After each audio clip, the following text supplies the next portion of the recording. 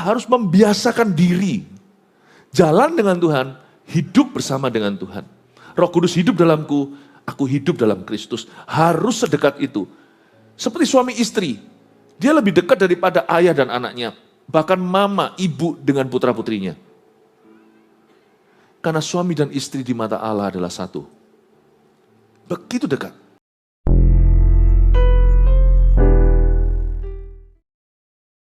I love your presence, Lord Jesus. Tuhan Yesus, ku cinta hadirat-Mu.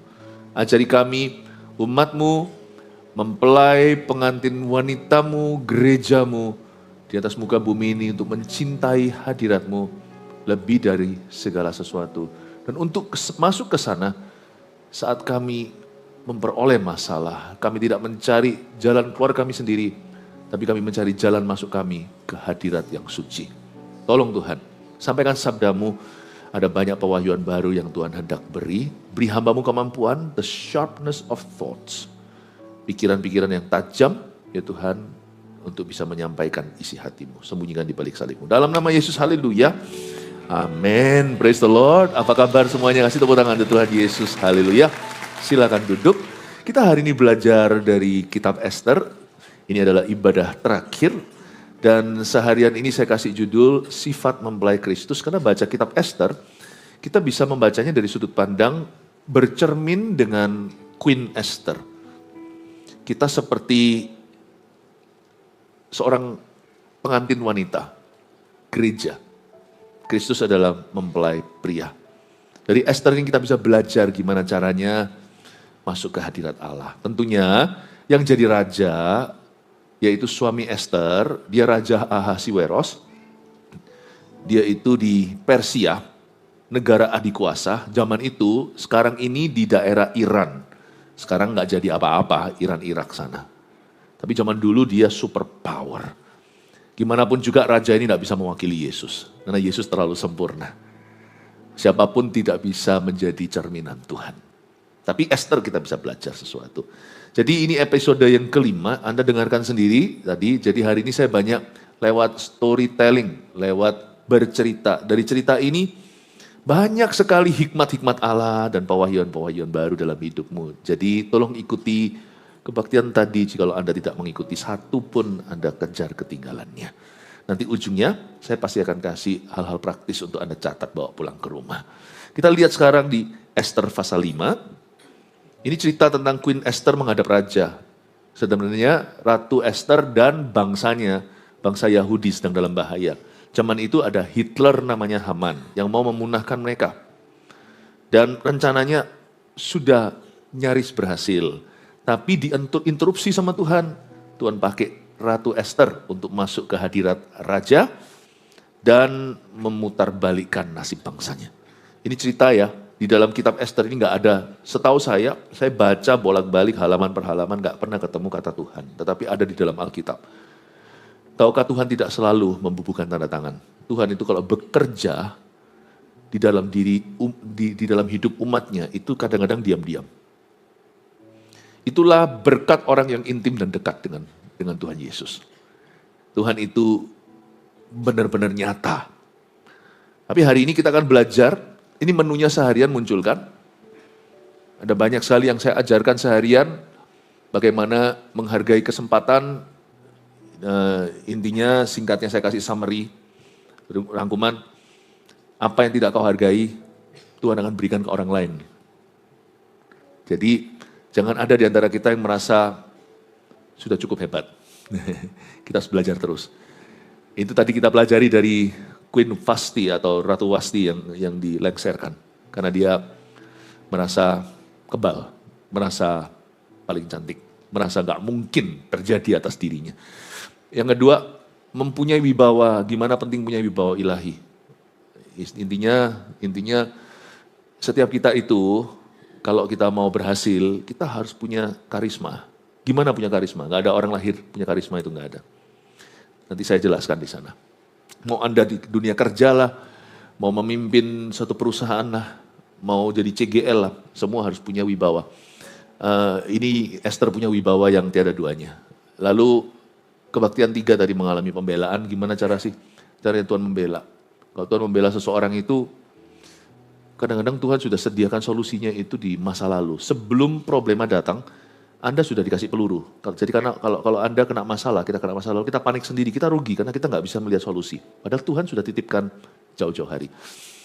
Mengandalkan Tuhan di ibadah yang keempat, saya jelaskan pentingnya kita itu bersandar pada kekuatannya, bukan pada kekuatan sendiri. Dan kadang-kadang kita itu tidak mengandalkan banyak hal, kekuatan, keuangan kita, uang kita, koneksi kita.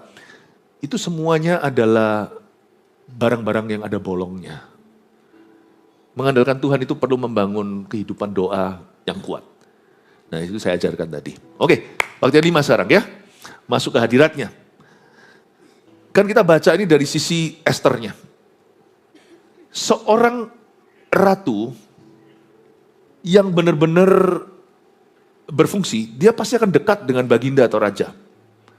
Kalau Anda melihat, misalnya, jangankan ratu. Ratu Elizabeth dulu almarhum aja, Pangeran Philip selalu ada di sampingnya. Apalagi kalau ini prianya yang raja, perempuannya pasti ada di sana.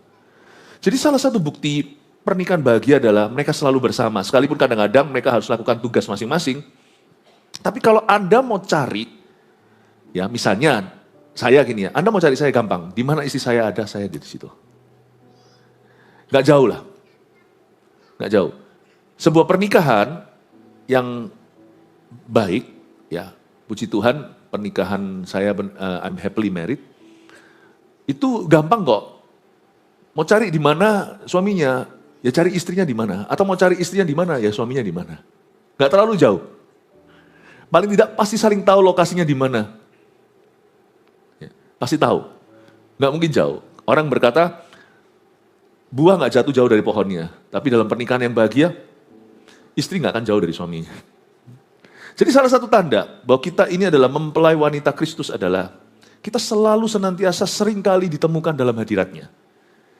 Jadi jangan percaya orang berkata aku Kristen. Tapi kalau dia nggak ngerti apa artinya jadi orang Kristen. Jadi Kristen itu jadi mempelai Kristus. Bukan berarti kita jadi perempuan, enggak, yang laki-laki, enggak, tetap. Ini bukan soal seksualita, bukan soal gender. Ini soal sifat rohani kita. Seorang Kristen yang sejati pasti kerap kali ditemukan dalam hadirat Tuhan. Entah itu di gereja, atau ketika dia mesbah keluarga, atau saat teduh pribadi. Dia nggak akan jauh dari situ. Benteng-bentengannya jalan. Tiap hari pasti dia ditemukan di hadirat yang suci. Nggak mungkin dia itu lari. Kemanakah aku dapat pergi? Menjauhi rohmu Tuhan. Ku berlari mendaki ke langit. Namun engkau ada di sana. Nggak akan jauh. Kristen palsu yang jauh. Tapi yang asli pasti punya kehidupan rohani. Dan itu dekat Kristus. Karena itu gereja harus penuh dengan hadirat Allah dan hidup kita. Sekarang kita akan pelajari salah satu sifat mempelai Tuhan adalah mereka rajin masuk ke hadiratnya. Lihat ayat pertama. Pada hari yang ketiga, Ester mengenakan pakaian ratu. Lalu berdirilah ia di pelataran dalam istana raja. Catat ya, bukan di pelataran luar. Pelataran dalam. Pelataran luar itu pegawai. Hamba tidak tahu apa yang dikerjakan tuannya, tapi aku memanggilmu sahabat, sebagai sahabatku. I call you as my friend. Soal sahabat tahu yang dilakukan oleh sahabatnya. Kita sama Tuhan itu lebih dari teman. Hubungan anak-anak Tuhan dengan Tuhan itu begitu dekat, bukan hanya hubungan bapak dan anak. Tapi sampai diwakili dengan, sampai dilambangkan dengan hubungan seperti suami dan istri. Begitu intim dekatnya. Kita sama anak-anak dekat, saya sama anak-anak saya dekat. Tapi gimana pun juga saya dan anak saya tetap adalah dua. Tapi saya dengan istri saya satu. Bapak ibu yang menikah jangan hanya demi anak, Anda juga harus bangun persahabatan di antara Anda berdua. Supaya nanti kalau anak sudah besar, empty nest sudah lepas kandang, intinya sarangnya sudah kosong tuh di rumah, anak-anaknya satu-satu sudah menikah. Jangan sampai Anda menjadi dua orang asing di rumah yang tidak saling kenal setelahnya. Ya. Tetap harus bangun persahabatannya, pertemanannya. Hubungan kita dengan Tuhan itu bukan hanya dilambangkan hubungan bapak dan anak. Itu aja sudah cukup dekat. Tapi suami dan istri loh, bayangkan. Sedekat itu. Karena itu kita harus sengaja membangun hubungan kita. Kita harus membangun benar-benar hadirat Allah di dalam hidup kita. Kita harus membiasakan diri. Jalan dengan Tuhan, hidup bersama dengan Tuhan. Roh Kudus hidup dalamku, aku hidup dalam Kristus. Harus sedekat itu. Seperti suami istri. Dia lebih dekat daripada ayah dan anaknya. Bahkan mama, ibu dengan putra-putrinya. Karena suami dan istri di mata Allah adalah satu. Begitu dekat. Ditinggal sama anak, sedih. Tapi ditinggal sama pasangan hidup, itu lebih sedih. Sungguhan. Karena itu, saya ingin kita untuk mengerti dimensi hubungan kita dengan Tuhan itu sedekat itu. Karena itu mesti kita punya disiplin rohani untuk membangun hadirat Allah dalam hidup kita. Tuh, hadirat Tuhan kok dibangun sih Pastor Philip? Ini hanyalah bahasa terbatas manusia, saya tidak bisa gambarkan. Hadirat Allah itu nggak bisa dibangun, dia sudah ada. Cuman kita mesti membangun diri kita untuk hadirat itu. Mesti ada disiplin rohaninya. Orang Kristen yang tidak punya disiplin seperti ini, dia tidak mengerti dimensi hubungan dengan Kristus yang dilambangkan dengan suami istri. Pada hari yang ketiga, Esther mengenakan pakaian ratu. Memang betul Tuhan menerima kita apa adanya. Tapi bukan berarti tanpa persiapan gitu loh. Esther itu waktu masuk ke istana raja, dia memang ada kepentingan, nggak apa-apa. Dia memang mau bersyafaat untuk bangsanya, dia mau beritahu sama baginda, please suamiku, ada yang ingin memunahkan bangsaku. Tapi sekalipun Esther tahu posisinya aman, dia sebagai permaisuri, sebagai ratu, tapi dia tetap persiapan. You see, apa yang kau cintai, kau tak akan asal-asalan. Kalau kita mau membangun hadirat Tuhan dalam hidup kita, kita harus hargai hadirat itu. Kita tidak boleh asal-asalan. Tiap pagi saya itu mengatur persembahan saya. Persembahan itu tidak selalu bicara tentang keuangan. Hidup saudara.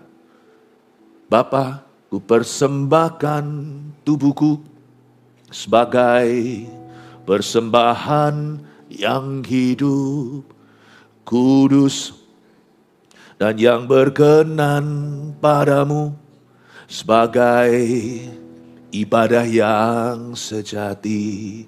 Tiap pagi saya bangun tidur itu, yang pertama saya siapkan adalah untuk ketemu Tuhan. How about you? Saya ngomong gini bukan mau jadi super rohani, sok suci, enggak. Karena saya tahu saya itu enggak suci, karena saya enggak rohani, saya ini jasmani. Aduh, kita itu daging, darah dan daging. Karena itu saya harus sengaja pakai pakaian ratu tiap pagi. Ini secara rohani ya, jangan pikirnya lu, Pastor Philip harus pakai itu make up ya? Enggak. I'm as macho as I can be. Kita ini top chair laki, tapi dalam hubungan kita sebagai gereja dengan Tuhan, kita itu mempelai wanitanya, kita yang mempersiapkan diri. Kita yang dandan secara hati. Tiap pagi itu saya persiapkan. Hari ini tadi saya pagi, lebih pagi lagi. Saya tinggal di barat soalnya, Surabaya Barat. Kesini lebih jauh lagi. Jadi saya datang lebih awal lagi. Pagi ini lebih pagi, belum ada matahari. Saya udah bangun, udah mempersiapkan hati saya. Udah mempersembahkan hidup saya. Yang saya siapkan bukan pelayanan. Yang Anda harus siapkan bukan urusan kantor. Itu nomor 2. Pakai pakaian ratumu dulu, jangan proposal dulu. Do you have this lifestyle? Punyakah Anda suatu kebiasaan, gaya hidup untuk tiap pagi berdandan untuk Tuhan? Persiapan diri, persiapkan hati. Tiap pagi aku atur persembahanku, kata pemazmur. Tiap pagi aku masuk hadiratmu. Membangun hadirat Tuhan dalam hidup kita itu bukan berarti kita doa 24 jam. Atau seminggu cuma doa doang isinya gak kerja. Enggak. Kita harus bisa masuk dulu ke hadirat Allah. Dan nanti waktu kita tanda kutip keluar, kita gak pernah keluar dari Tuhan. Waktu kita jalan lakukan aktivitas kita, kita juga belajar menjalin hubungan dengan Tuhan sampai ke tempat kerja. Kita jaga hadirat itu yang kita tadi masukin. Kita jaga seharian dan kita bangun fellowship.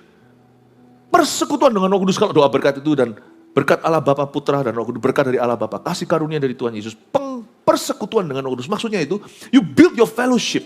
Fellowship itu partnership. Persekutuan dengan Tuhan itu bukan persekutuan doa. Persekutuan dengan Tuhan itu sesuatu yang kau bawa jalan. Itu bukan rawat inap, itu rawat jalan. Nanti kalau Anda rawat jalan kan dikasih obat, minum antibiotika ini misalnya, ini 1 hari 3 kali. Nanti jamnya teng gitu, Anda harus makan dulu, atau bisa perut kosong tergantung, Anda minum. Anda tahu ada jam-jam tertentu bukan jam doa yang kita harus saklek, harus secara literal jam berapa, karena kita orang Kristen percaya bahwa kita tidak menyembah di sebuah gunung, atau bergantung dengan jam dinding. Kita bawa persekutuan itu dengan Tuhan. Sampai tempat kerja. Kita membawa Tuhan kemana-mana. Tapi banyak orang berkata, ya Tuhan hadir di mana-mana. Ya, tapi kamu tidak pernah masuk ke hadirat Allah. Kamu tidak pernah cari. Ya Tuhan juga tidak jalan. Kita harus cari Tuhan. Pakai pakaian ratu. Esther mengenakan pakaian ratu. Janganlah kita itu merasa diri, aku kan sudah diterima. Apa adanya. Jadi ya sudahlah. Asal-asalan lah. Bangun tidur terus mandi. Kalau ingat, ku doa dulu. No. Dia pakai pakaian ratu. He prepared himself. If you prepare for work, kalau Anda mau kerja misalnya pakai seragam. Di kota-kota besar orang itu pakai jas, pakai dasi. Mereka sungguh-sungguh bersiap diri untuk kerja. Don't you have to prepare even more for your God? Tidakkah kita harus mempersiapkan diri lebih lagi? Mari kita sama-sama mengadopsi sebuah lifestyle tiap pagi. Kita mempersiapkan diri untuk masuk ke hadirat Tuhan. Sekalipun Tuhan hadir di mana-mana, Anda khusus masuk ke dalam hadirat Allah yang disengaja. Bangun persekutuanmu, dan setelah amin, berdoa misalnya sejam. Tidak sanggupkah kau berdoa selama 1 jam, kata Yesus pada murid-muridnya yang tertidur di Getsemani. Karena daging itu lemah, sekalipun roh itu penurut. Berdoalah supaya kamu jangan jatuh dalam pencobaan. Tuhan tidak minta supaya kamu berdoa 24 jam. Tidak bisakah kau bukan menyisihkan, tapi kau mengutamakan waktu dengan aku. Dengan aku dulu, masuk ke hadirat. Itu penting loh Bapak Ibu, sungguhan. Karena pikiran kita, laki-laki misalnya, ya secara stereotipnya, bangun tidur pikirannya langsung kerjaan. Aduh, ini harus gini gitu. Yang perempuan mungkin kalau ibu rumah tangga sudah mikirkan tentang rumah tangganya. Tuhan mau kita membangun lifestyle demikian rupa, karena kita ini mempelai Kristus. Yang pertama kita cari, bukan anak dulu. Saya dan istri saya menikah belum lama, 25 tahun saja. Dibanding dengan berapa om tante sini yang menikahnya sudah jauh lebih lama karena usia jauh lebih tua. Tapi sejak hari pertama saya menikah, tidak pernah kami, kalau saya bangun tidur, pertama yang saya cari istri saya dulu. Termasuk kalau saya pergian, kalau pelayanan segala itu, saya langsung telepon, halo, mana udah bangun? Biasanya saya selalu yang paling pertama bangun dalam keluarga saya. Ayah harus begitu, ayah doa dulu. Istri saya juga sama, akan cari istri saya dulu. Sebelum anak segalanya itu cari satu dengan yang lain. Itulah hubungan suami istri. Yang kau cari dulu adalah suami surgawimu. Tuhan itu maha cemburu. Tidak mungkin, saya ngomong ini bahasa murahan ya. Karena Tuhan itu tidak bisa dimanipulasi. Jadi jangan kita motivasi. Percayalah, kalau Anda main petak umpet dengan Tuhan, Anda tidak utamakan. Tuhan juga akan sembunyikan berkat-berkatmu nanti sepanjang harian. Karena Tuhan itu juga pendidik. Dia bukan hanya suami, dia juga bapak. Kalau anak saya, apa-apa, tidak mau kerjakan PR-nya dulu, ya saya akan santai. Ya sudah nanti, gak apa-apa, kamu tidak keluar, selesaikan dulu. Saya mau anak saya belajar prioritas, Tuhan juga mau kita belajar prioritas. Dia harus diutamakan, bukan berarti Tuhan itu kurang aman, Tuhan itu minta, Tuhan itu narsis, bukan.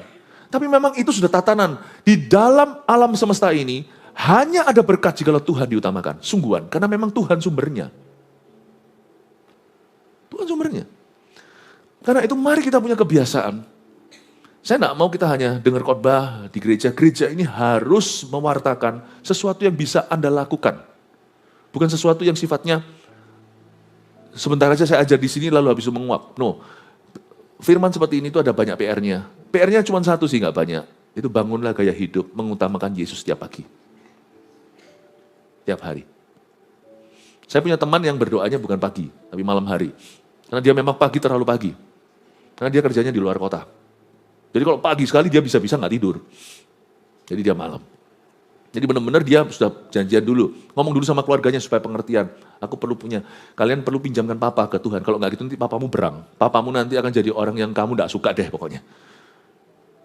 Aku harus kekang dagingku. Karena rohku penurut, dagingku lemah. Kalau aku tanpa Tuhan, nggak mungkin aku bisa berbuah. Jadi udah janjian, sehingga support seluruh keluarga itu diperlukan. Teman saya itu doanya itu malam jam sekian ke sekian.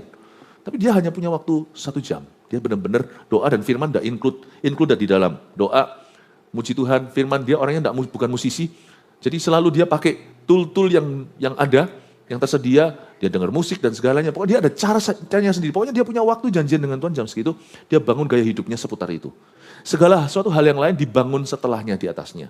Ini yang disebut dengan pada hari ketika Esther mengenakan pakaian ratu. Dia nggak masuk sembarangan.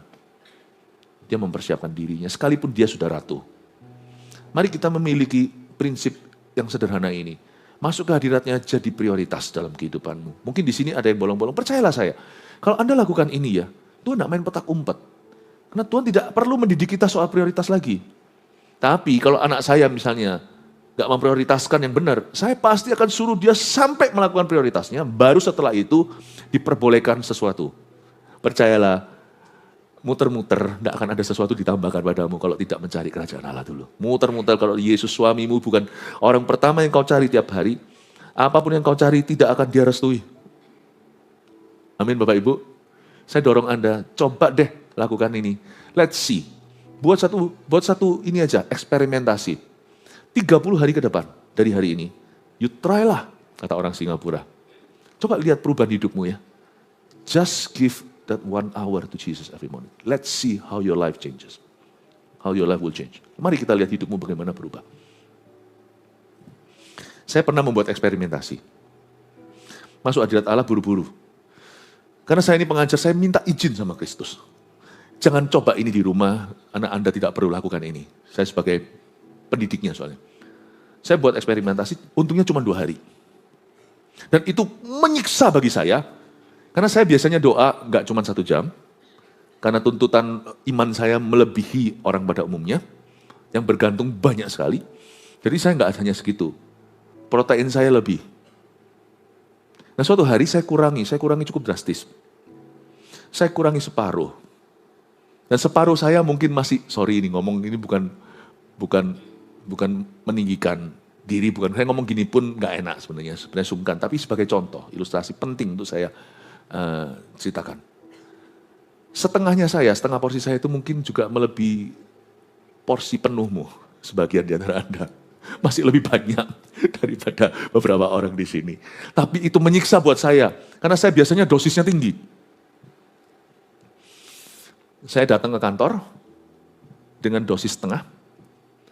Tahu nggak, waktu saya menghadapi semua masalah yang saya hadapi, semua urusan ini, saya selesai kerjanya, ngelembur itu bisa sampai jam 7, jam 8. Karena nggak nembus, pikirannya nggak ketemu solusinya. Tapi besoknya, plong saya kembali normal, dosis saya tambah seperti biasanya. Saya sampai kantor, jam 2 udah selesai semua. 1 jamku yang kukurangi, bertambah 4 jam dalam bahasa Ibrani, kebuletan. Muter-muter di padang gurun, enggak ketemu jalan. 1 jam saya buang untuk Tuhan. Kembali 4 jam hemat, semua kelar. God doesn't owe anybody anything. Tuhan tidak berhutang sama siapa-siapa. Coba buat eksperimentasi.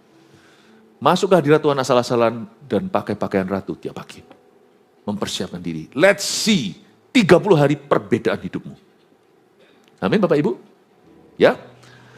Oke, dia masuk berdiri, ulang lagi ayat 1. Pada hari yang ketiga Esther mengenakan pakaian ratu, lalu berdirilah ia di pelataran dalam istana raja. Pelataran dalam, bukan di luar. Tepat di depan istana raja. Raja bersemayam di atas tahta kerajaan dalam istana, berhadapan dengan pintu istana itu. Ketika raja melihat Esther, sang ratu, berdiri di pelataran, berkenanlah raja kepadanya, sehingga raja mengulurkan tongkat emas yang di tangannya ke arah Esther, lalu mendekatlah Esther dan menyentuh ujung tongkat itu. Agak aneh sih, ini nggak ada dalam culture atau kebudayaan kita. Ini protokol Persia. Jadi kalau orang masuk ke hadirat Allah tidak dipanggil sama raja, orang kalau ini bukan tentang Allah, ini tentang raja dunia. Orang kalau nggak dipanggil sama raja Persia seperti Ahasiweros ini, dia masuk sendiri ke sana tanpa ada panggilan. Termasuk jikalau ratunya sendiri yang masuk, itu ada hukumnya Persia, dia langsung dieksekusi di tempat, dibunuh. Berarti dia tidak menghormati baginda. Atau bisa jadi dianggap membahayakan. Kan kita tidak tahu itu teroris atau apa, gitulah ya.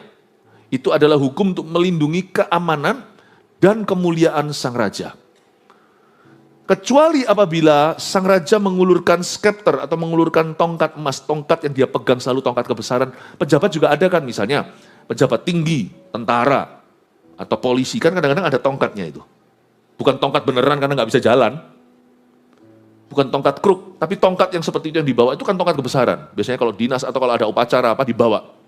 Ya. Kita tahu yang bawa itu hanya perwira tinggi misalnya.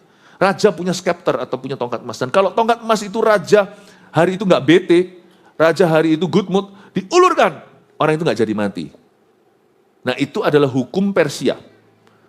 Dan kali ini Ratu Esther memberanikan diri masuk ke istana raja tanpa dipanggil. Waktu dia masuk ke sana itu untung-untungan kalau rajanya lagi nggak suka hati, itu mati tuh, ratu pun mati.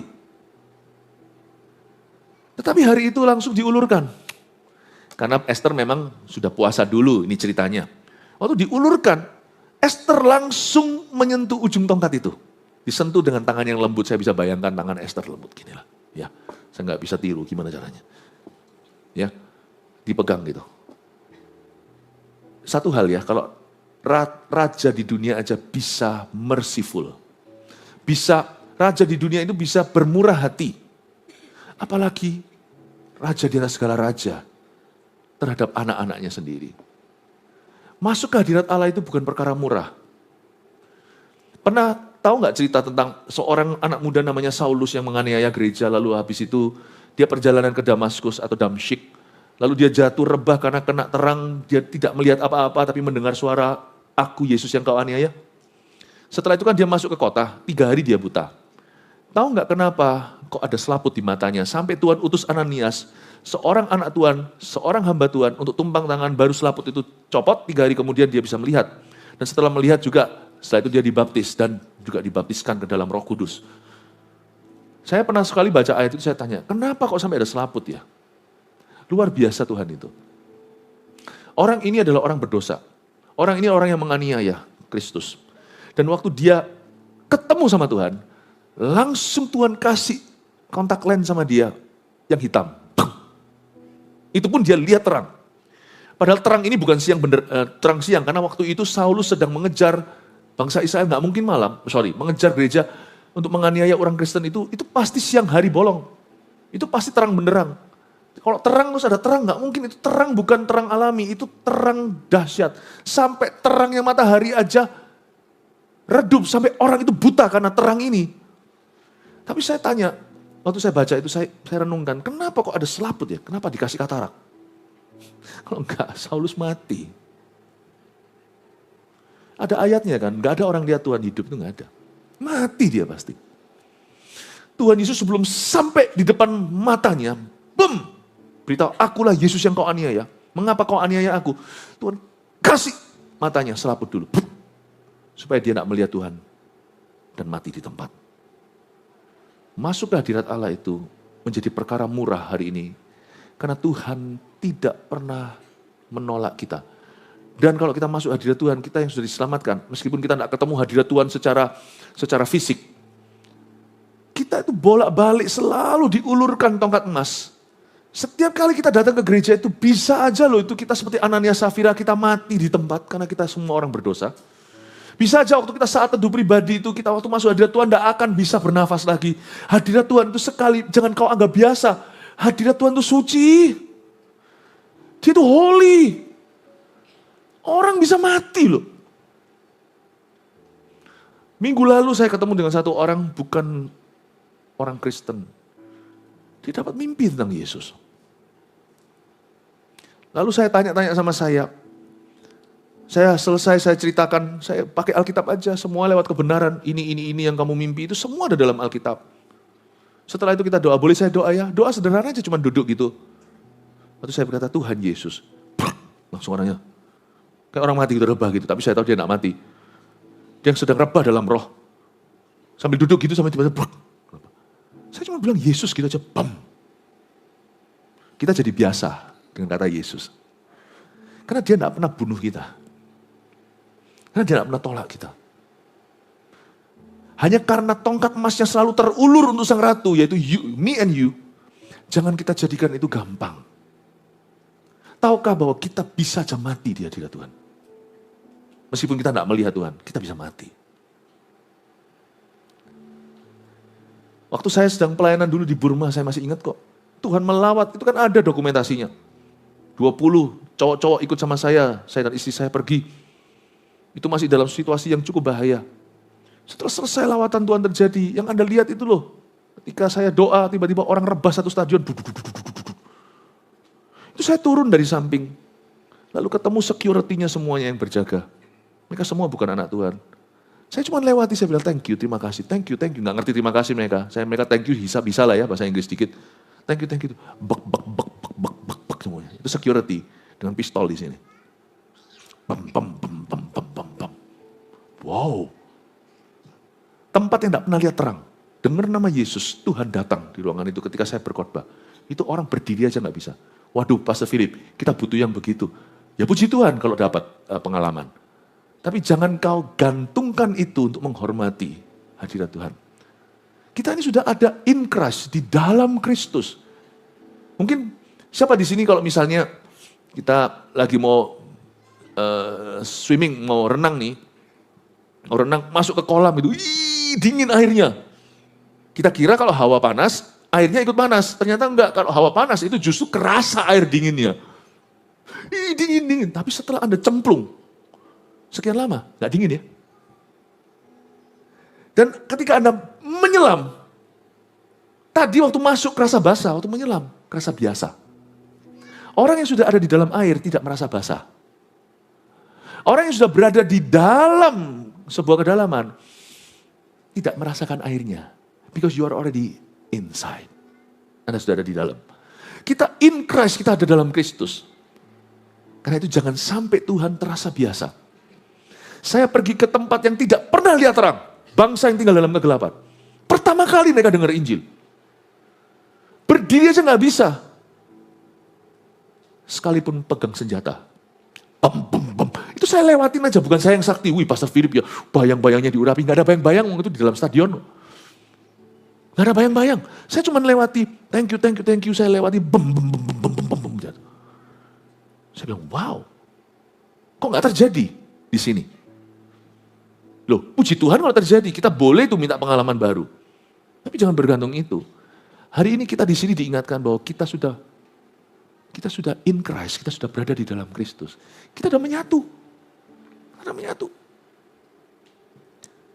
Karena itu jangan hanya Anda itu, kita itu hanya jangan bergantung dengan perasaan kita in love. Contohnya, dulu waktu masih pacaran, belum pacaran masih kejar gitu, kena gereng, ada listriknya.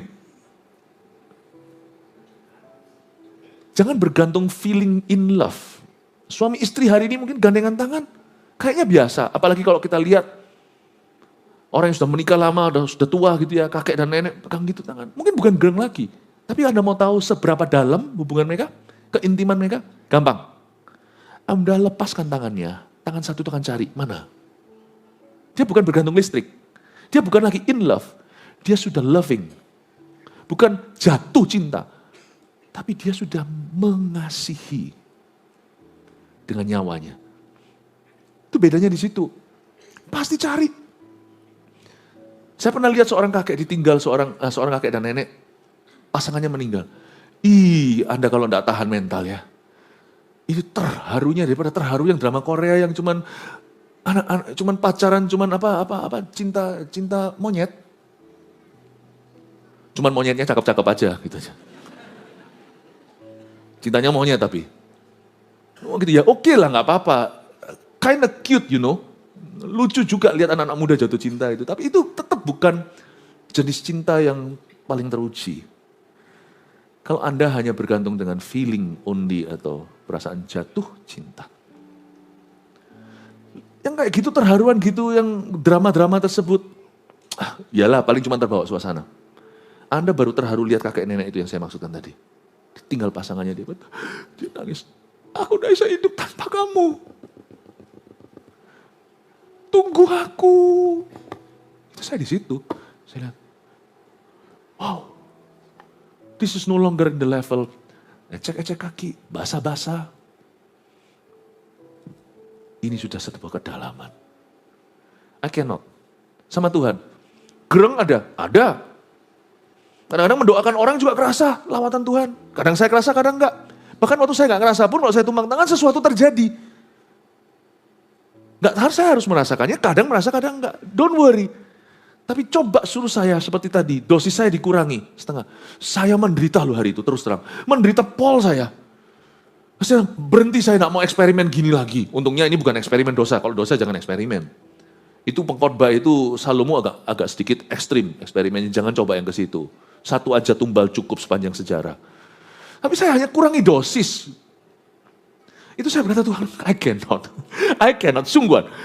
You take away, Anda ambil kehidupan doa saya yang rutin itu, yang monoton itu, yang boring itu enggak terasa, tapi sekali kau ambil, saya punya roh cari. Saya bisa sakau saya, sungguhan. Dari roh ini. Saya bisa seperti orang, kapan aku bisa doa? Meskipun Tuhan hadir di mana-mana, aku ingin punya waktu rindu sendiri dengan dia. Build your intimacy with God. Sampai satu titik di mana bukan hanya, Lord, I can pray. Tapi Anda harus bisa ngomong gini, I cannot live without praying. Bukan lagi, aku bisa berdoa. Tapi aku nggak berdoa. Bukan lagi seperti orang yang jatuh cinta, oh, I can live with you. I want to live with you for the rest of my life. Aku bisa hidup sama kamu seumur hidupku. Ini dia pilihanku. Will you marry me? Wah. Tapi lebih ke sini. Orang yang sudah kunikahi, seumur hidupku, I cannot live without her anymore. Aku gak bisa hidup tanpa dia lagi. Dulu mungkin di level aku bisa hidup sama orang ini. Sekarang sampai di level aku harus menyesuaikan. Awal-awal pernikahan mesti harus menyesuaikan. Tapi setelah sekian lama, aku gak bisa hidup sama dia. Kalau aku bisa hidup lagi dan lagi di dunia, tetap orang ini yang ku cari. Sampai ke ujung dunia, aku akan nikahi dia. Saya gak bisa melihat eternity, kekekalan tanpa dia. Saya enggak.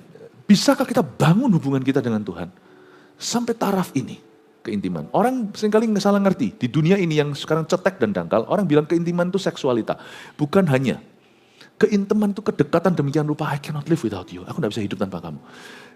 Bisakah kita mencapai titik itu dengan Tuhan di mana kita bangun lifestyle kita bertahun-tahun sampai satu titik di mana aku tidak bisa hidup tanpa Kristus. Aku tidak bisa hidup tanpa ini. Mendingan aku tidak makan roti daripada tidak makan firman dari mulut Allah. Manusia hidup bukan hanya dari roti saja. Bapak, Ibu, Saudara, saya sedang menawarkan sebuah ide kepada Anda untuk membangun hubungan rohanimu sungguh-sungguh dekat dengan Tuhan di hari-hari ke depan. Amin, Bapak, Ibu. Ya. Kita lihat sekarang, sudah saya jelaskan tentang the scepter, tongkat emas. Mari kita lihat ayat yang ketiga. Tanya raja kepadanya, apa maksudmu hai Ratu Ester? Dan apa keinginanmu? Sampai setengah kerajaan sekalipun akan diberikan kepadamu. Jawab Ester, jikalau baik pada pemandangan raja, datanglah kiranya raja dengan Haman pada hari ini ke perjamuan yang diadakan oleh hamba bagi raja. Maka titah raja, suruhlah Haman datang dengan segera, supaya kami memenuhi permintaan Ester. Raja sangat menghargai persiapan Ester. Raja ini Raja Ahasiweros ya. Saya bandingkan dengan Tuhan ya. Itu sorga dan neraka ya. Raja Ahasiweros ini terkenal sangat-sangat bengis sama musuhnya. Ini orang keras. Saking kerasnya, Ratu Wasti tolak sekali aja permintaannya, pecat dari Ratu loh. Nggak main-main. Jarang terdengar Ratu dipecat. Lady Diana aja. Itu pelan-pelan. Itu pun setelah teriak-teriak tuh rakyat. Akhirnya dipertahankan gelarnya sebagai putri. Ini Ahasiweros terkenal orangnya itu sangat-sangat tangan besi. Kalau nggak gitu mana bisa dia itu mimpin dari India sampai Ethiopia kerajaannya. Dia itu di Persia, yaitu daerah Iran sana. Coba bayangkan, saya pernah hitung, itu 23 negara termasuk di dalam pemerintahannya, dalam kuasanya. 3 benua. Afrika masuk ke Asia, ada 3 benua, 127 provinsi. Ini orang sangat-sangat keras sekali. Dia aja terharu lihat Ester begitu. Bapak Ibu, saya ingin beritahu kepada Anda bahwa Tuhanmu itu tidak keras. Meskipun dia itu jauh tak terhingga lebih berkuasa. Tuhanmu itu lembut hati. Yesus sendiri berkata, aku lemah lembut dan rendah hati. Makanya itu ada kata di Ibrani. Tuhan menyediakan berkat buat orang yang sungguh-sungguh mencari Dia. Sebab barang siapa mencari Dia, akan memperoleh upahnya. Tuhan itu nggak tahanan. Orangnya itu nggak tegaan. Tuhan kita itu raja di atas segala raja. Dia bukan raja tega. Bapak Ibu, nggak heran kalau orang itu cari Tuhan sekalipun dalam salahnya. Kalau dia cari Tuhan dengan tulus, Tuhan langsung ditemukan. Tuhan nggak pernah main petak umpet lama.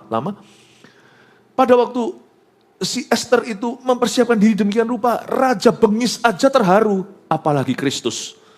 Maka titah Raja ayat 5, suruh Haman datang dengan segera, supaya kami memenuhi permintaan Esther. Raja ini bukan tidak bisa dibandingkan dengan Tuhan, tapi Raja ini tidak maha tahu, karena dia adalah manusia biasa seperti Anda dan saya. Raja ini tidak mengerti bahwa Haman itulah kulpritnya, Haman itulah antagonisnya, Haman itulah si jahat. Lalu Raja datang dengan Haman ke perjamuan yang diadakan oleh Esther. You see, kalau kita itu punya hubungan intim dekat dengan Tuhan, saya ngomong gini supaya bukan supaya kita menjadi manipulatif dengan Tuhan, ya. Tapi saya menyatakannya sebagai fakta. Ini adalah sebuah statement saja. Keintiman dengan Tuhan yang dibangun, itu advantage-nya luar biasa. Sungguhan. Surga susah nolak Anda. Ini orang nggak ngerti. Orang biasanya hubungan dengan Tuhan transaksional. Tapi orang yang masuk ke hadiratnya jadi familiar. Waktu kita membangun lifestyle dekat sama Tuhan, ini bukan sebagai hukum Taurat ya, harus lakukan, kalau enggak masuk surga. Apa hubungannya? Bukan. Tapi kalau kita benar-benar mengenal Tuhan, saya ngomong ini sebagai fakta ya, bukan sebagai motivasi yang salah. Jangan memanipulasi Allah, karena orang tulus itu gampang diendus oleh Kristus. Orang yang gak tulus maksudnya. Tapi saya izinkan saya mencetuskan suatu statement, suatu pernyataan. Bahwa seperti Esther, bahkan minta musuhnya datang pun, suaminya tidak tolak dia. Siapa? Haman itu pangkat banget. Boleh-boleh jadi dia itu lebih didengarkan oleh baginda daripada mendengarkan ratu sendiri. Kalau Anda baca Haman itu siapa profilnya. Ini orang diangkat demikian rupa setara seperti Yusuf menjadi bapaknya Potifar, menjadi bapaknya Firaun. Haman ini pangkat luar biasa. Mau tahu enggak ya? Waktu Yesus berkata tidak yang mustahil bagi orang percaya, itu bukan hanya orang percaya dengan lip service. Itu orang percaya dengan segenap hati. Itu orang yang intim dan dekat dengan Allah. Enggak ada yang mustahil. Kalau enggak percaya, ambil ayat Alkitab, comot sembarangan, percayain aja, enggak terjadi di hidupmu. you know, your victory this year, kemenangan Anda tahun ini, ini ngomong Inggrisnya dulu ya, doesn't depend on what you know. But depends on who you know. Kemenanganmu tahun ini, saya tunjukkan sesuatu secara profetik lewat pengajaran ini, tidak bergantung dengan apa yang kau tahu. Tahu banyak percuma, coba aja comot, coba kutip, coba langsung tuding Tuhan, ini firman. Terjadi enggak? Silakan. Tidak bergantung dengan apa yang kau tahu. Tapi siapa yang kau kenal? Do you know him? Orang yang dekat sama Tuhan, Haman pun kalah pangkat. Tuhan tidak punya Haman, makanya kalau saya ngomong ini sekarang tidak bisa mencerminkan Tuhan. Kita hanya bisa belajar dari Esther. Tapi Haman sepangkat itu, sampai seperti bapaknya Firaun, bagi Ahasiweros, bagi raja ini. Itu aja kalah Hawa sama si Hawa ini. Tahukah kita ini Hawanya sorga? Hawa yang tidak jatuh dalam dosa, mempelai wanita. Tahukah waktu kita masuk hadirat Allah, Tuhan yang maha kuasa, yang tidak takut siapa-siapa, memberikan dirinya untuk kau pengaruhi. Hebat ya. Saya tidak ngomong ini merendahkan. Saya takut sama Tuhan. Tapi Tuhan itu menjadikan dirinya rawan pengaruhmu. Rawan pengaruhmu. Itulah kelebihan keintiman dengan Tuhan. Dan keintiman, catat, tidak bisa kau buat waktu Anda sedang dalam tekanan masalah dan punya keperluan. Tidak bisa. Keintiman itu dibangun pelan-pelan di dalam segala musim kehidupan. Pas nggak ada perlunya, keintiman justru dibangun dengan paling murni. Ketika badan rohanimu tidak jarem, ototmu paling mudah untuk kau kerjakan dan kembangkan. Pada saat tidak ada sesuatu kebutuhan, kita bangun hubungan dengan Tuhan, itu yang murni. Dan keintiman dibangun paling strong itu saat-saat itu. Ya orang kalau ada butuh ya semuanya pasti baik-baikin lah, semuanya pasti tahu lah. Kalau orang ada butuh aja misalnya sama orang yang berpengaruh di dunia ini pasti deketin. Tuhan maha tahu lah. Kalau dia ada butuh dideket-deketin tahu. Tapi Esther sudah membangun hubungan dulu, ketika dia perlu dia datang dan dia punya permintaan tidak bisa ditolak. Saya ngomong gini bukan untuk jadi motivasi yang salah. Saya ingin menunjukkan pada Anda, a lifestyle, suatu gaya hidup yang mengutamakan hadirat Tuhan, membangun hadirat Tuhan, dan kerap kali masuk ke hadirat Tuhan, pas gak ada perlunya, pas gak dipanggil lagi. Kalau Anda bangun itu consistently, not only that you will know God's will, jangan khawatir kalau Anda akan minta sesuatu yang di luar kehendak Allah, karena orang yang intim dengan Allah pasti nangkap hatinya. Dia tidak akan minta sesuatu yang mendukakan hati Tuhan. Dia tidak akan meminta sesuatu yang mendukakan Roh Kudus. Dia akan meminta sesuatu yang melanggar firman. Tapi keuntungannya orang yang membangun keintiman dengan Tuhan, yang punya gaya hidup masuk ke hadirat Allah, dan membangun hadirat Tuhan dalam hidupnya, pas nanti dia perlu atau bersyafaat untuk siapa, dia buka mulut, malaikat takut. Cobalah silakan comot ayat, terjadi enggak di hidup kita. Tapi cobalah dekat dengan Tuhan. Anda tidak usah comot ayat, ayat akan muncul dalam hatimu pas dibutuhkan. Dan Anda hanya berkata pada Tuhan, suruh Haman kemari. Man, sini. Suaramu, hai ratu, menjadi suara raja. Apa yang saya sampaikan gini, mungkin malam-malam gini semoga ini tidak membuat Anda bisa mengikutinya, karena saya tidak memberi Anda suatu makanan-makanan ringan, tapi saya ajari Anda untuk berpikir lebih keras. Tidak perlu orang pintar kok, perlu orang serius saja untuk mengerti ini. Lalu raja datang dengan Haman ke perjamuan yang diadakan oleh Esther. Sementara minum anggur, bertanyalah raja kepada Esther, apa permintaanmu? Niscaya akan dikabulkan, dan apakah keinginanmu? Sampai setengah kerajaan sekalipun akan dipenuhi. Ayat 6 ini powerful sekali. Sadarkah Anda apa yang raja ini katakan? Raja ini orang pinter. Dia nggak mungkin sembarang, karena dia nggak pernah tawarkan gini sama Wasti. Esther pasal pertama. Tapi dia berani tawarkan gini sama Esther. Tahukah? Keintiman itu dua sisi, dua arah. Bukan hanya kita percaya Tuhan, Tuhan percaya kita. Dia waktu ngomong begini dia tulus. Kalau sampai Esther mengangguk dan berkata, ya, aku minta setengah kerajaan, pasti diberikan.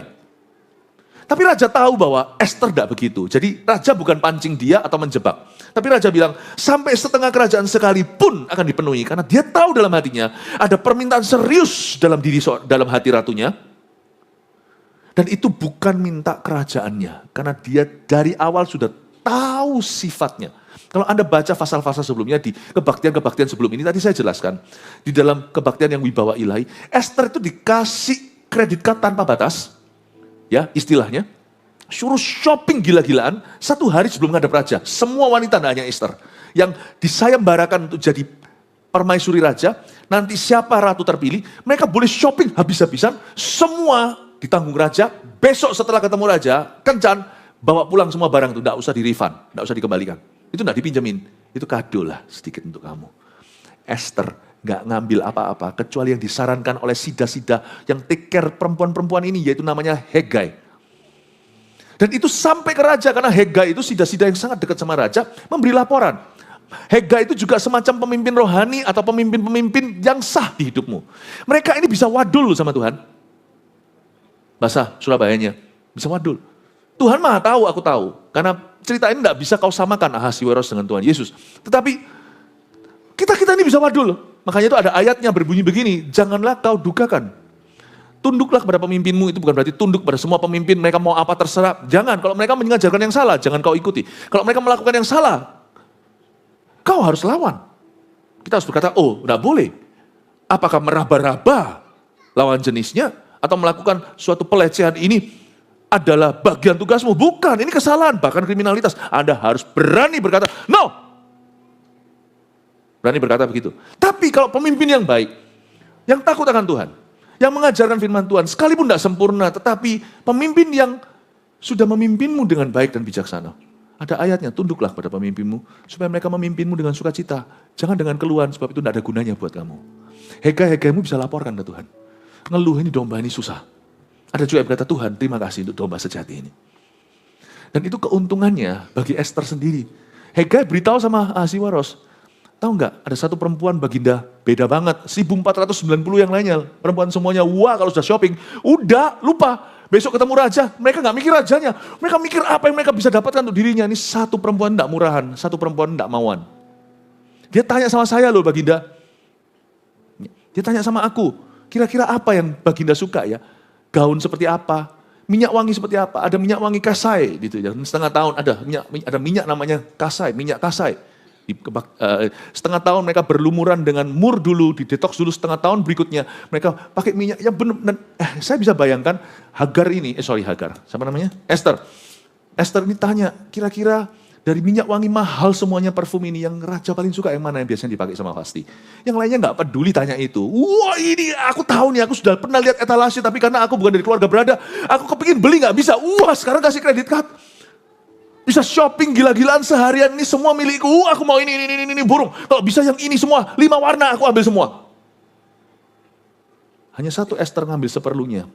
Kan ketemu raja cuma sekali, semprot sekali kan udah habis satu botolnya. Dan ditanya mau yang botol yang besar atau yang kecil?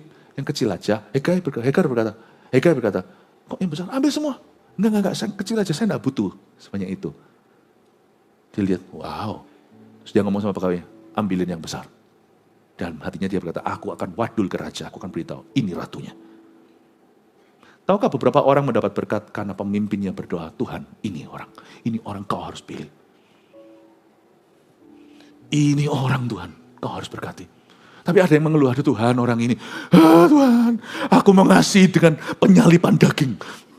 Ku kasih kau bukan dengan kasih Yesus saja, ku kasih kau dengan salib Kristus. Tuhan akan tahan sesuatu. Tahukah ada doa-doa tertentu yang membuka pintu, ada doa-doa tertentu yang menutup pintu. Doa pemimpinmu, doa orang tuamu. Saya tambahkan sedikit pewahyuan sana sini ya. Anda masih bisa ngikuti saya ya? Ya. Dia tahu bahwa Esther nggak gitu. Karena itu dia berani, dia berkata, coba baca lagi ya. Dan apakah keinginanmu, ayat 6 kalimat terakhir. Apakah keinginanmu? What do you want? Sampai setengah kerajaan sekalipun. Bukan berarti dia akan minta kerajaan. Dia minta setengah kerajaan. Dia bilang sampai setengah kerajaan. Karena dia merasa di ratunya ada suatu pergumulan jiwa yang dahsyat. Dia nggak tahu itu apa. Dan waktu dia lihat istrinya menderita batinian. Itu raja yang begitu maha, huruf kecil dan tanda kutip maha kuasa di zamannya. Itu betahan, nggak tahan, ingin melepaskan istrinya dari agony ini, dari penderitaan ini. Tahukah ada orang tertentu yang ngeluh sama Tuhan, lalu malaikat berkata, itu biasa Tuhan, ini langganan Tuhan. Tapi ada yang mulai kelihatan wajahnya gitu, semua panik di alam sorga. Tuhan yang maha tahu, dia tahu, aku ingin melepaskanmu dari agony ini. Ada doa tertentu, ada orang tertentu yang membuat hati Yesus resah. Ada orang yang membuat Yesus berkata, ya sudah nanti aja kamu tunggu. Meskipun kita semua pasti akan menanti jawaban doa, tidak semua diberikan hari ini. Tapi ada orang tertentu yang tidak ada efek di hatinya. Marta, bukan berarti Marta itu jahat, Marta itu baik. Tapi Maria benar-benar membangun waktu quality itu. Coba Anda baca di Perjanjian Baru, ketika Lazarus mati, ini cici-cicinya datang. Cici-cicinya. Marta datang, coba Anda lihat ya, itu sungguhan bukan kebetulan. Kutipan kata kalimat Marta sama Maria, plek, jiplak. Marta berkata, kalau engkau ada di sini, saudaraku tidak mati. Lalu Tuhan malah justru ajak dia debat untuk bukan berdebat, tapi untuk memperbaiki cara berpikirnya. Apa maksudnya? Dia pasti akan hidup. Dia pasti akan, akulah kehidupan, akulah kebangkitan. Tidakkah kau percaya? Maria datang. Ngomong yang persis itu. Yesus tidak berdebat dengan dia. Yesus tidak membetulkan apa-apa. Karena Yesus tahu dan Yesus sudah percaya. Waktu baru ngomong begitu, coba Anda baca, menangislah Yesus. Dan dia berkata, mana adikmu? Lazarus, keluarlah. Kalau perlu, ikutlah sekalian Zakius. Nggak ada. Ini cuma hanya joke saja malam-malam supaya jangan terlalu serius. Yang dibangkitkan bukan Zakius ya. Yang dibangkitkan adalah Lazarus, keluarlah. Kok Marta nggak mempan? Kata kalimat quote-nya persis pelak. Yang satu buat Yesus berdebat. Yang satu buat Yesus menangis. Saya beritahu kuncinya. Bukan pengetahuan. Tulis ini, kedekatan. Bangun kedekatan. Orang boro-boro bangun dekat sama pejabat segalanya di mana-mana. Sama Tuhan gak rasa butuh. Gampang. Padahal Tuhan itu pegang nyawa. Tuhan juga pegang nyawa. Luar biasa ya. Maka jawab Esther, permintaan dan keinginan hamba ialah, aduh luar biasanya, jikalau hamba mendapat kasih raja dan jikalau baik pada pemandangan raja, mengabulkan permintaan serta memenuhi keinginan hamba, datang pula lah kiranya raja dengan Haman ke perjamuan yang akan hamba adakan bagi raja dan Haman. Maka besok akan hamba lakukan yang dikehendaki raja. Malah tambah penasaran. Dia tanya, lu mau apa? Enggak, raja datang aja ke my tea party. Besok aku janji, I will tell you, my darling. Penasaran malahan. Haman happy, ya kita gak usah baca, nanti baca aja di rumah. Haman berkata, wow, hey guys, tahu nggak? Aku diundang sama ratu dari semua pejabat negara. Hanya saya saja yang dipanggil sama nyonya. Wah, dia gaya-gaya. Haman ini orang jahat. Dia masuk perangkap. Tidak semua kemenanganmu karena strategimu bagus. Tapi keintimanmu bagus dengan Tuhan. Percayalah, ada banyak kebetulan yang Tuhan sediakan di tahun 2005. Anda nginjakkan kaki, orang lain nginjakkan kaki, langsung terlilit. Anda nginjakkan kaki kanan, kiri, keluarnya itu melodi, do, re, mi, karena misstepnya tidak ada. Semua kaki di mana Anda berpijak ada timing-timing yang indah. Itu bisa ketemu, bukan berarti tidak ada masalah. Musuh masih ada, singa mengaum-ngaum ada, orang-orang yang jelekkan, orang-orang yang iri, semua ada, semua satu paketan. Tapi Anda itu bisa menginjak kepala singa, dan menginjak anak singa dan ular beludak. Itu bisa seperti Anda itu menari-nari seperti Habakuk katakan di atas bukit-bukit seperti kaki kijang atau kaki rusa. Kaget Anda, musuh ada. Tapi Anda itu bisa selalu tepat waktu. Kok bisa ya? Ada berkat itu bukan karena strategimu bagus atau programmu. Udah pakai program apa aja lah. Asal Anda sudah riset, due diligence dilakukan, lakukan apa yang terbaik. Ngapain kita lakukan yang buruk kalau kita tahu apa yang baik? Tapi nanti Anda lihat ya, penyertaan Tuhanlah yang membuatmu menang. Dan musuh akan masuk ke perangkapmu. Karena di mana ada keintiman, musuh-musuh akan masuk ke perangkapmu. Anda tidak perlu menjebak, karena orang yang menjebak akan jatuh ke dalam lubang yang dia gali. Biar Tuhan yang akan menjebak musuhmu. Lihat ya, orang yang nanti akan hina Anda, orang itu sendiri yang berurusan dengan Tuhan. Ketika Anda hanya dekat sama Tuhan, lakukan bagianmu saja, dan punya hidup doa, lalu nanti kerja ya kerja, nggak kerja ya jangan makan, jangan doa saja. Waktu Anda kerja, sekolah, lakukan bagianmu, itu porsimu. Tuhan menyertaimu. Anda kan lihat ya, aneh sekali, aneh bin ajaib. Semua senjata ditempa melawanmu, malah kebalik menjadi cerita glorimu. Itu heran. Itu sungguh-sungguh dari pihak Tuhan, itu bukan dari sisimu. Kemenanganmu tahun ini bukan terjadi karena strategimu bagus. Dan juga bukan karena kau lihai dan semuanya. Kemenanganmu akan terjadi karena penyertaannya. Yang percaya kasih tepuk tangan Tuhan. Dan tidak ada penyertaan kau catat tanpa keintiman. Karena Tuhan bukan barang. Tuhan itu pribadi. Dia itu personal. There is no penyertaan tanpa relationship yang sungguh. 1, 2, 3 munculkan satu dulu. Hari ini kita belajar tentang sifat seorang mempelai Kristus, yaitu selalu masuk ke hadiratnya. Bukan berarti doa melulu. Tapi yang pertama, tuliskan ini. Berinisiatiflah untuk mendekat pada Tuhan tanpa diminta. Dan jangan waktu terpaksa. Ya. Kita itu pinter yang gini-gini kita tahu. Oh kata orang, pagi-pagi yang sehat. Ini saya bukan saran, ini ilustrasi. Oh minum air lemon dulu segala, perut kosong lah, apa segala. Makan apa namanya, cuka apel lah segalanya. Wah kita tahu untuk kesehatan tubuh kita, tapi kesehatan rohani kita tidak pernah dipedulikan. Tidak pernah dirawat, tidak pernah disengaja. Saya kasih saran, kalau yang ini saya tahu ini betul. Berinisiatiflah untuk mendekat pada Tuhan tiap hari tanpa diminta dan jangan tunggu kalau terpaksa. Waktu perutmu kosong, tidak ada masalah. The best time untuk masuk ke hadirat Tuhan. 2. Jangan terburu-buru ketika bersekutu dengan Allah. Esther nggak buru-buru, minta apa? Nanti next tea party. Nggak buru-buru, nggak tergesa-gesa. Nikmati, kalau makanya itu penting sekali kita punya set waktu. Kalau nggak gitu waktu itu selalu di courting. Nggak percaya ya? Coba ya. Misalnya kalau ada di sini yang latihan perut ya, seperti kalau orang nge-gym ya, ngeplank ya. Ngeplank. Siapa di sini ngeplanknya? Ngeplank tahu ya? Yang bisa lurus gini aja doang, nggak apa-ngapain, tapi tahan. Wah gampang gitu aja loh, aku bisa 10 menit, coba. Tahu yang ngeplank kan? Kaku gitu tok. Tapi ya jangan curang. Ya, ininya agak sedikit ditekuk begini supaya wah perutnya yang masuk begini. Coba, kalau kita nge-flow aja, sak kuatku katanya. Nanti pertama 1 menit, besok kita akan merasa 50 detik, 30 detik, 20 detik, lama-lama enggak. Kita harus punya patokan. Sekian. Doa itu tidak ada patokannya seharusnya. Patokannya itu untuk kita, bukan untuk Tuhan. Ya. Kalau saya tahu 1 menit, ya saya 1 menit. 2 menit, ya saya 2 menit. Lihat, 2 menit kok kerasa seperti 2 juta tahun. Siapa yang komplainnya bisa 2 menit, 3 menit? Angkat tangan. Ada enggak? Ayo ngaku dosa. Siapa yang ngeplanknya bisa 1 menit? Angkat tangan. Siapa yang nggak tahu ngeplank itu apa? Saya taunya ngepel, ya sudah. Kalau kita nggak punya patokan, kita pasti akan terburu-buru, karena daging kita akhirnya berbicara. Kalau kita nggak punya patokan juga, misalnya puasa, nanti ngeflow, makannya lebih sering. Atau kalau kita lagi diet, kalau nggak ada patokan, nggak jadi tuh. Karena itu jangan terburu-buru. Anda set waktu, 1 jam ini nggak bisa diganggu, sorry ya. 1 jam ini milik Tuhan. Aku kan punya 24 jam. 1 jam milik Tuhan itu kan murah. Udahlah, nggak perlu kasih semua waktuku, karena Tuhan tahu bahwa aku punya tanggung jawab yang lain. Tapi kalau aku bisa 1 jam dengan Tuhan, aku percaya, sisa waktuku, aku ngerti gimana bersekutu dengan dia. Sebenarnya loh ya, anak kita itu tidak setiap hari bersama dengan kita setiap jam. Tapi ada waktu kualitas sama kita, dari bayi kita gendong segalanya. 1 jam berharga. Kan tidak setiap hari sama anak.